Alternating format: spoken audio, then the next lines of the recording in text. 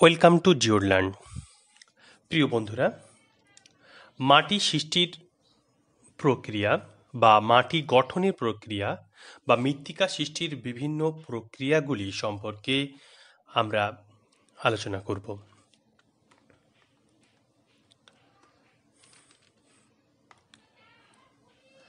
মৃত্তিকার উৎপত্তির প্রক্রিয়া অত্যন্ত জটিল। ভূত্বকে মৃত্তিকার উৎপত্তি দুটি পর্যায়ে ঘটে।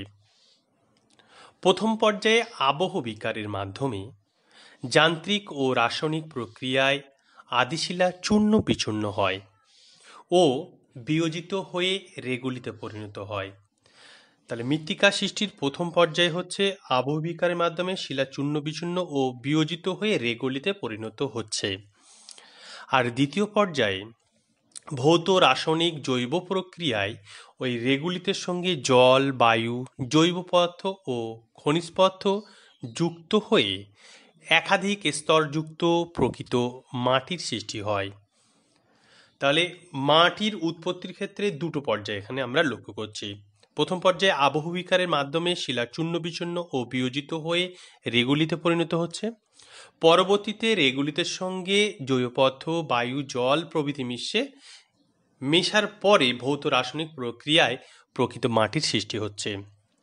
যে প্রক্রিয়াগুলির মাধ্যমে এই মাটি বা মৃত্তিকা সৃষ্টি হয় তাদেরকে পেডোজেনেসিস বা মৃত্তিকা সৃষ্টির প্রক্রিয়া বলা হয়। মৃত্তিকা গঠন প্রক্রিয়া বা সৃষ্টির প্রক্রিয়াকে তিনটি পদ্ধতিতে ভাগ করা হয়ে থাকে, বা মৃত্তিকা সৃষ্টি তিনটি পদ্ধতিতে হয়ে থাকে, বা মৃত্তিকা গঠন প্রক্রিয়া তিনটি পদ্ধতিতে সম্পন্ন হয়। প্রথম প্রাথমিক প্রক্রিয়া, মৌলিক প্রক্রিয়া আর বিশেষ প্রক্রিয়া। প্রথমে আমরা প্রাথমিক প্রক্রিয়াগুলি সম্পর্কে জানব। পৃথিবীর সব ধরনের মৃত্তিকা সৃষ্টিতে কয়েকটি প্রক্রিয়া প্রাথমিকভাবে সক্রিয়ভাবে অংশগ্রহণ করে থাকে। যে সমস্ত প্রক্রিয়াগুলি প্রাথমিকভাবে সক্রিয়ভাবে অংশগ্রহণ করে সেই প্রক্রিয়াগুলোকে বলা হচ্ছে প্রাথমিক প্রক্রিয়া। বিজ্ঞানী সাইমনসন 1959 সালে মৃত্তিকা সৃষ্টির 4টি প্রাথমিক প্রক্রিয়ার কথা উল্লেখ করেছিলেন। কি কি আমরা জানব? সংযোজন, অপসারণ, রূপান্তর আর স্থানান্তর। প্রথমে জানব সংযোজন সম্পর্কে। সংযোজনের ক্ষেত্রে কি হয়? সংযোজনের ক্ষেত্রে মৃত্তিকার উপরের স্তরে বৃষ্টিপাত বা তুষার গলা জল মৃত্তিকা জল রূপে সংযোজিত হয়। তাহলে মৃত্তিকার উপরের অংশে কি হচ্ছে? বৃষ্টি হচ্ছে, তুষার গলা জল আসছে, সেই জলটা কি প্রবেশ করছে, মৃত্তিকার জল রূপে সংযোজিত হলো। এছাড়া কি উদ্ভিদ ও প্রাণীর মৃতদেহ বা তাদের থেকে যে বর্জ্য পদার্থগুলো আসে সেই সমস্ত বর্জ্য পদার্থ এবং মৃতদেহ জৈব পদার্থ রূপে সংযোজিত হয়। শিলা রাসায়নিকভাবে বিয়োজিত হয়ে খনিজ পদার্থ রূপেও সংযোজিত হয়। তাহলে জল, জৈব পদার্থ, খনিজ পদার্থ প্রভৃতি প্রথমে কি হচ্ছে? সংযোজিত হচ্ছে, যাকে আমরা সংযোজন প্রক্রিয়া বলছি। অপসারণ, এই প্রক্রিয়ায় কি ঘটে? যে জল সংযোজিত হয়েছিল মৃত্তিকা জল রূপে, এখন কি হবে? সূর্যের আলো পড়বে সেই জলে, মৃত্তিকা জলের উপর যখন সূর্যের আলো পড়ছে, উত্তপ্ত হচ্ছে এবং বাষ্পীভবনের মাধ্যমে সেই জল অপসারিত হয়ে যাবে। মৃত্তিকার উপরের স্তরের ক্ষয় হবে, নদী, বায়ু, হিমবাহ প্রভৃতির মাধ্যমে কি হবে? ক্ষয় হতে থাকবে এবং ক্ষয়ের মাধ্যমে সেগুলো কি অপসারিত হয়ে যাবে, যাকে আমরা ক্ষয়ভবন বলি। ক্ষয়ভবনের মাধ্যমে অপসারিত হবে। আর মৃত্তিকার যে সমস্ত উদ্ভিদ এবং প্রাণীর দেহাংশ বা তাদের বর্জ্য পদার্থ মিশেছিল মৃত্তিকার মধ্যে, সেগুলো জারিত হয়ে কার্বন ডাই অক্সাইড উৎপন্ন হবে এবং কার্বন ডাই অক্সাইড উৎপন্ন হয়ে সেটা বাতাসে মিশে যাবে। এইভাবে এই প্রক্রিয়াগুলোকে বলা হচ্ছে অপসারণ প্রক্রিয়া।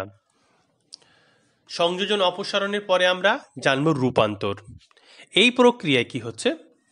মৃত্তিকার মধ্যে অবস্থিত প্রাথমিক খনিজগুলি বিয়োজনের মাধ্যমে গৌণ খনিজে পরিণত হয়ে যায়। মৃত্তিকার মধ্যে যে জৈব পদার্থ আছে সেই জৈব পদার্থ হিউমিফিকেশন প্রক্রিয়ায় হিউমাসে পরিণত হয়ে যায়, আর জৈব পদার্থ পরবর্তীতে মিনারেলাইজেশন বা খনিজীকরণ প্রক্রিয়ায় হিউমাস থেকে বিভিন্ন খনিজে রূপান্তরিত হয়। রূপান্তর প্রক্রিয়া জানলাম, এবার আসে স্থানান্তর প্রক্রিয়া। এই প্রক্রিয়ায় মৃত্তিকার খনিজ ও জৈব পদার্থগুলি দ্রবীভূত ও ভাসমান অবস্থায় মৃত্তিকার গভীর অংশে স্থানান্তরিত ও সঞ্চয় হয়। তাহলে মৃত্তিকার যে সমস্ত খনিজ পদার্থ বা জৈব পদার্থগুলো যুক্ত হয়েছিল বা আছে সেগুলো কি হচ্ছে বিভিন্নভাবে মৃত্তিকার আরও গভীর অংশে স্থানান্তরিত হয় এবং সেখানে সঞ্চিত হয়। এই স্থানান্তর জলের দ্বারা দ্রবীভূত বা ভাসমান অবস্থায়ও হতে পারে। মৃত্তিকা সৃষ্টির দুটি মৌলিক প্রক্রিয়া এলুভিয়েশন ও ইলুভিয়েশন এই স্থানান্তর প্রক্রিয়ার অন্তর্গত। পূর্বে রূপান্তর প্রক্রিয়ার ক্ষেত্রে হিউমিফিকেশন আর খনিজীকরণ প্রক্রিয়া যুক্ত ছিল। তাহলে আমরা প্রাথমিক প্রক্রিয়াগুলি সম্পর্কে জানলাম। প্রাথমিক প্রক্রিয়ার ক্ষেত্রে কী হচ্ছিল? প্রথমে সংযোজন, তারপরে ছিল অপসারণ, তারপরে ছিল রূপান্তর এবং শেষে জানলাম স্থানান্তর সম্পর্কে। আমরা জেনে নেব মৃত্তিকা সৃষ্টির মৌলিক প্রক্রিয়াগুলি সম্পর্কে। যেসব প্রক্রিয়া যে কোনো স্থানের সুস্পষ্ট স্তরযুক্ত প্রকৃত মাটি বা মৃত্তিকা সৃষ্টিতে অপরিহার্য তাদের মৌলিক প্রক্রিয়া বলে। যে প্রক্রিয়াগুলো মাটি তৈরির ক্ষেত্রে একান্ত অপরিহার্য সেই সমস্ত প্রক্রিয়াগুলোকে মৌলিক প্রক্রিয়া বলা হচ্ছে। যেমন রান্নার ক্ষেত্রে, তরকারি রান্নার ক্ষেত্রে লবণ অপরিহার্য, ঠিক তেমনি কিছু প্রক্রিয়া আছে যে সমস্ত প্রক্রিয়াগুলি মৃত্তিকা সৃষ্টিতে অপরিহার্য তাদের মৌলিক প্রক্রিয়া বলা হচ্ছে। মাটি সৃষ্টিতে বা মৃত্তিকা সৃষ্টিতে চারটি মৌলিক প্রক্রিয়া আছে, যথা হিউমিফিকেশন, খনিজীকরণ, এলুভিয়েশন আর ইলুভিয়েশন। হিউমিফিকেশন, হিউমাস সৃষ্টির প্রক্রিয়াকে হিউমিফিকেশন বলা হয়। উদ্ভিদ বা প্রাণীর দেহাবশেষ বা বর্জ্য পদার্থ মৃত্তিকার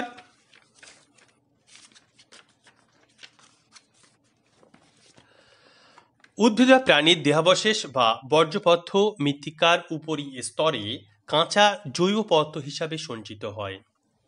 তাহলে প্রথম উদ্ভিদ বা প্রাণীর দেহাংশ বা বর্জ্য পদার্থ মৃত্তিকার উপরে যুক্ত হচ্ছে কাঁচা জৈব পদার্থ হিসাবে।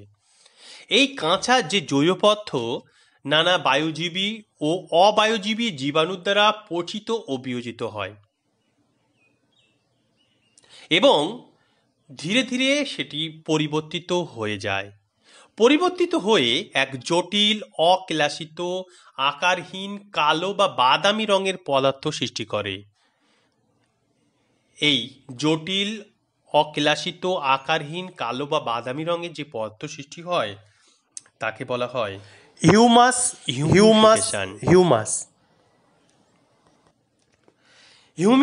হিউমিফিকেশন রঙের পদার্থ সৃষ্টি হয় তাকে বলা হয় হিউমাস, আর যে পদ্ধতিতে হিউমাস তৈরি হচ্ছে তাকে বলা হচ্ছে হিউমিফিকেশন। হিউমিফিকেশন প্রক্রিয়াকে চারটি ভাগে ভাগ করা হয়: অবায়ুজীবী হিউমিফিকেশন, অম্ল হিউমিফিকেশন, মরু অঞ্চলের হিউমিফিকেশন আর আর্দ্র ক্রান্তীয় অঞ্চলের হিউমিফিকেশন। অবায়ুজীবী হিউমিফিকেশন জলাভূমি বা জলাশয়ে যে সকল জলজ উদ্ভিদ জন্মায় তারা মারা গেলে ওই জলাশয়ে সঞ্চিত হয়। জলের গভীরে বাতাস প্রবেশ করতে পারে না, ফলে অক্সিজেনের অভাব ঘটে। কিন্তু অবায়ুজীবী জীবাণু যারা অক্সিজেন ছাড়া বেঁচে থাকতে পারে। বিশেষ পদ্ধতিতে মৃত জৈব পদার্থগুলিকে বিয়োজিত করে হিউমাসে পরিণত করে। এই ধরনের হিউমিফিকেশনকে অবায়ুজীবী হিউমিফিকেশন বলে। পয়েন্ট হচ্ছে অম্ল হিউমিফিকেশন। মাটিতে চুন জাতীয় পদার্থের অভাব থাকলে অম্ল হিউমিফিকেশন ঘটে। যেসব অঞ্চলে উদ্ভিদ গুল্ম জাতীয় সেই অঞ্চলে অজারিত ও অর্ধজারিত জৈব পদার্থের সঞ্চয় ঘটে। পাইন জাতীয় উদ্ভিদ অঞ্চলে কাঁচা জৈব পদার্থের সঞ্চয় থেকে উৎপন্ন হিউমাস অম্লধর্মী। মরুপ্রায় অঞ্চলের হিউমিফিকেশন। মরুপ্রায় অঞ্চলে আর্দ্রতার পরিমাণ খুবই কম, স্বাভাবিকভাবে জৈব পদার্থের পরিমাণ কম, ফলে হিউমাসের পরিমাণও কম। স্টেপ বা পেরি তৃণভূমি অঞ্চলে জৈব পদার্থ সঞ্চয়ের পরিমাণ উল্লেখযোগ্যভাবে অধিক। গ্রীষ্মকালে উষ্ণতা অধিক হওয়ায় জৈবিক ক্রিয়া প্রায় বন্ধ হয়ে যায়, আবার শীতকালে তাপমাত্রা কম থাকায় জৈবিক ক্রিয়া সম্পূর্ণ হতে পারে না। এজন্য মৃত্তিকায় অধিক জৈব পদার্থের সঞ্চয় ঘটে, কিন্তু অধিক উষ্ণতায় এই প্রক্রিয়া ক্ষারের পরিমাণ বাড়িয়ে দেয়, তখন কালো রঙের হিউমাস সৃষ্টি হয়। আর্দ্র ক্রান্তীয় অঞ্চলে উষ্ণতা ও বৃষ্টিপাত অধিক হওয়ায় খনিজীকরণ প্রক্রিয়া দ্রুত সম্পন্ন হয়, ফলে এখানে হিউমাসের সৃষ্টির পরিমাণ অপেক্ষাকৃত কম। খনিজীকরণ। হিউমিফিকেশনের মাধ্যমে মৃত্তিকায় যে হিউমাস উৎপাদিত হয় তা বায়ুর অক্সিজেন দ্বারা জারিত হয়ে কার্বন ডাই অক্সাইড, জল এবং হিউমাস গঠনকারী বিভিন্ন খনিজ পদার্থ যেমন লৌহ, ফসফরাস প্রভৃতিতে রূপান্তরিত হয়ে পুনরায় মৃত্তিকায় ফিরে যায়। এই প্রক্রিয়াকে বলে খনিজীকরণ। আমরা পূর্বের হিউমিফিকেশন প্রক্রিয়ায় জেনেছিলাম যে মৃত্তিকার মধ্যে সংযোজিত হচ্ছিল কাঁচা জৈব পদার্থ, সেটা হিউমিফিকেশন প্রক্রিয়ায় হিউমাসে পরিণত হচ্ছিল। সেই হিউমাস বায়ুর অক্সিজেন দ্বারা জারিত হয়ে কার্বন ডাইঅক্সাইড, জল ও হিউমাস গঠনকারী বিভিন্ন খনিজ পদার্থ যেমন লৌহ, ফসফরাস প্রভৃতিতে রূপান্তরিত হয়ে পুনরায় আবার মৃত্তিকায় ফিরে যায়। তাই হিউমাস হয়েছিল, হিউমাস থেকে আবার পুনরায় জল হিসাবে বা খনিজ পদার্থ হিসাবে বা কার্বন ডাইঅক্সাইড হিসাবে আবার মৃত্তিকায় ফিরে যাচ্ছে। এই ফিরে যাওয়ার যে প্রক্রিয়া, সেই প্রক্রিয়াকে বলা হচ্ছে খনিজীকরণ। সব মাটিতেই এই প্রক্রিয়া কাজ করে। এটি হলো হিউমিফিকেশন প্রক্রিয়ার ঠিক বিপরীত প্রক্রিয়া। উষ্ণ আর্দ্র ক্রান্তীয় জলবায়ুতে এই প্রক্রিয়ায় যে মৃত্তিকার সবার উপরে যে স্তরটি আছে সেই স্তর খনিজ সমৃদ্ধ হয়ে যায়। এলুভিয়েশন প্রক্রিয়া। যে প্রক্রিয়ায় মাটির উপরি স্তর, ও স্তর পূর্বে বলা হয়েছে, কিন্তু ও স্তর সব জায়গায় থাকে না। মাটির উপরি স্তর হিসেবে আমরা সবে লক্ষ্য করা যায় এ স্তরকে। এই স্তর থেকে বিভিন্ন খনিজ পদার্থ মাটিতে চুঁইয়ে প্রবেশ করা বৃষ্টির জলে দ্রবীভূত বা ভাসমান অবস্থায় নিচের স্তরে স্থানান্তরিত হয়। একে এলুভিয়েশন বলে। তাহলে মৃত্তিকার উপরে বৃষ্টি হলো, সেই বৃষ্টির জলের সঙ্গে দ্রবীভূত হয়ে বা ভাসমান অবস্থায় উপরের বিভিন্ন খনিজগুলো মাটির নিচের স্তরের দিকে প্রবাহিত হয়ে যাচ্ছে বা স্থানান্তরিত হয়ে যাচ্ছে। এই স্থানান্তরিত হয়ে যাওয়ার, উপরের স্তর থেকে নিচের দিকে স্থানান্তরিত হয়ে যাওয়ার প্রক্রিয়াকে এলুভিয়েশন বলে। এই এলুভিয়েশন প্রক্রিয়ার ফলে মৃত্তিকার উপরের স্তর বা এ স্তর ক্রমশ খনিজ শূন্য হয়ে পড়ে, আর খনিজ শূন্য হয়ে পড়ার জন্য উপরের স্তরটি ক্রমশ আম্লিক বা অম্লধর্মী হয়। এই এ স্তরটিকে বলা হয় এলুভিয়াল বা এলুভিয়েটেড স্তর। এলুভিয়েশন প্রক্রিয়া দুইটি ভাবে হতে পারে, যান্ত্রিক এলুভিয়েশন এবং রাসায়নিক এলুভিয়েশন। যখন ভাসমান অবস্থায় যাচ্ছে যান্ত্রিক এলুভিয়েশন, যখন দ্রবীভূত অবস্থায় যাচ্ছে রাসায়নিক এলুভিয়েশন।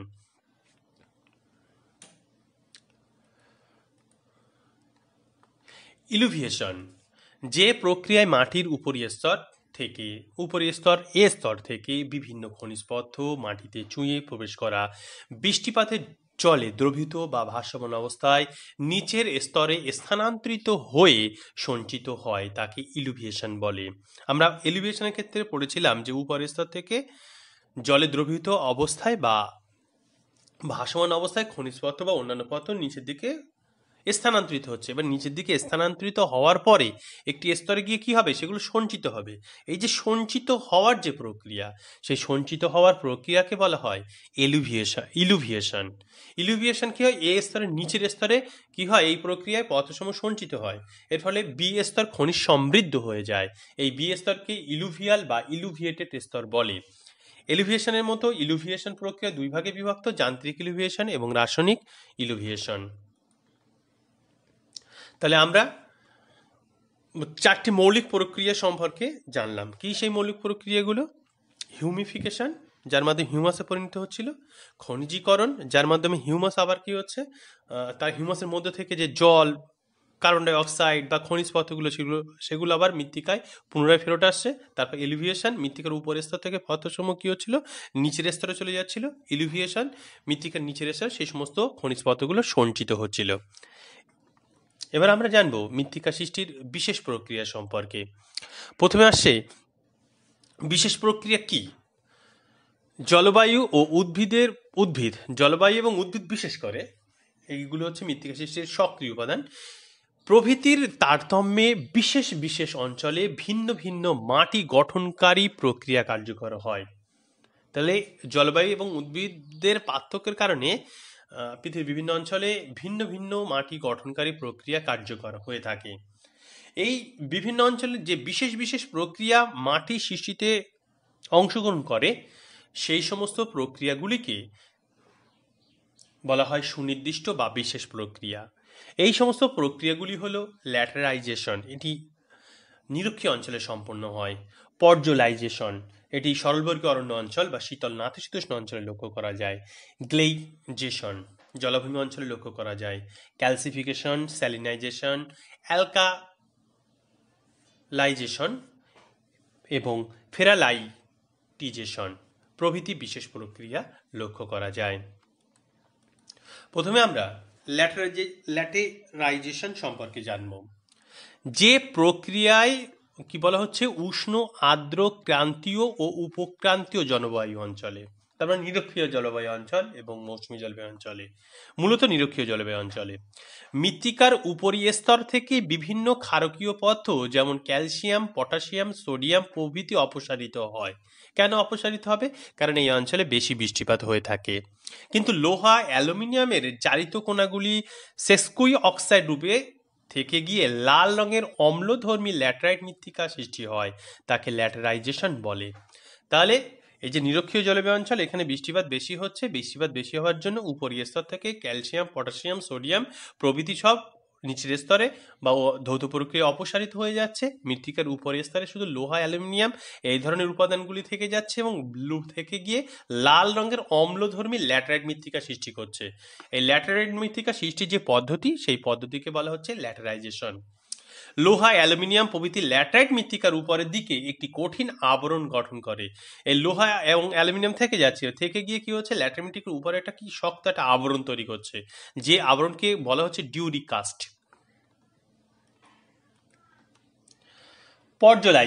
পর্জলাইজেশন কোথায় লক্ষ্য করা যায়? এটি শীতল নাতিশীতোষ্ণ অঞ্চলে লক্ষ্য করা যায়। বলা হচ্ছে শীতল ও আর্দ্র নাতিশীতোষ্ণ জলবায়ু অঞ্চলে কি গাছ জন্মায়? স্বল্পবর্গীয় অরণ্য জন্মায়। সেই স্বল্পবর্গীয় অরণ্য অঞ্চলে ধূসর বা ছাই রঙের অম্লধর্মী পর্জল মৃত্তিকা সৃষ্টি হয়। যে প্রক্রিয়া এটি সৃষ্টি হচ্ছে, সেই প্রক্রিয়াটাকে বলা হচ্ছে পর্জলাইজেশন। এখন সরলবর্গীয় অরণ্য অঞ্চলে শীতল পরিবেশে মৃত্তিকার যে উপরি স্তরে কাঁচা জৈব পদার্থ, যেহেতু ঠান্ডা থাকে, তাই এখানে কি কাঁচা জৈব পদার্থ সঞ্চিত যেটা থাকে সেটা থেকেই যায়। তাহলে কাঁচা জৈব পদার্থ সমৃদ্ধ একটা আস্তরণ তৈরি হয় উপরের স্তরে, সেটিকে আমরা কি বলবো? ডাব বলবো। এবং মৃত্তিকার স্তরে লৌহ এবং অ্যালুমিনিয়াম অক্সাইড বা সেস্কুই অক্সাইড সঞ্চিত হয়ে অদ্রবণীয় শক্ত পদার্থের স্তর গঠিত হয় নিচের স্তরে, যাকে আমরা বলি হার্ড প্যান। এই পর্সল মৃত্তিকায় কিন্তু আদর্শ হার্ড প্যান গঠিত হয়ে থাকে। তাহলে পর্জলাইজেশন প্রক্রিয়ায় কি হয়? পর্সল মৃত্তিকা সৃষ্টি হয়। কোথায় তৈরি হয়? শীতল ও আর্দ্র নাতিশীতোষ্ণ জলবায়ু অঞ্চলে, যেখানে সরলবর্গীয় অরণ্য আছে। সরলবর্গীয় অরণ্য আছে, এখানে ঠান্ডার পরিমাণ বেশি বলে উপরের স্তরে কিন্তু জৈব পদার্থ সঞ্চিত একটা আস্তরণ তৈরি করে, যাকে ডাব বলা হয়। এবং বি স্তরে লৌহ এবং অ্যালুমিনিয়াম, সেক্সুই অক্সাইড প্রভৃতি সঞ্চিত হয়ে একটি শক্ত আবরণ তৈরি করে, যাকে বলা হয় হার্ড প্যান।